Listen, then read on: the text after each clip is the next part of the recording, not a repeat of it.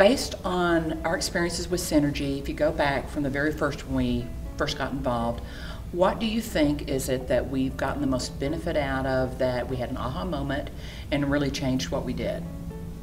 I think that's really fairly straightforward and simple, Helen, because the whole concept of shift basically allowed us to let go of our mentored college program having to be duplicated exactly for another college to be able to participate with us. We had, prior to understanding shift, we had kept it all very much under our control, and they had to do it our way, as opposed to just doing the essential elements of what we're doing. What do you think?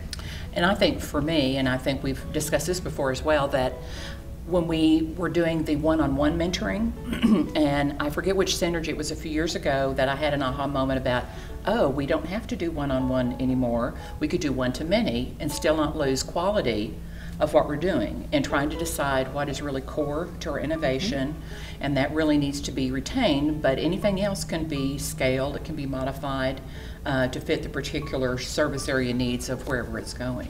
What was an aha for you, Ann? Well, that moment, I think, was just a real pivotal point for us, but something you make me think of that Christidia said is the essence of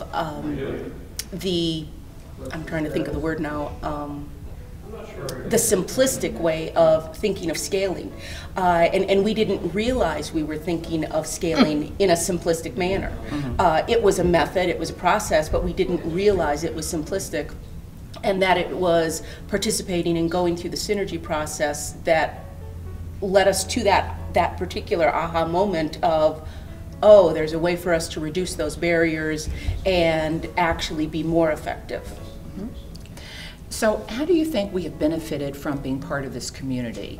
Either characterize the benefits that we've gotten out of it, how we've either grown as a group, as a team, as an organization. What do you think are some of the benefits? And I'll start with you.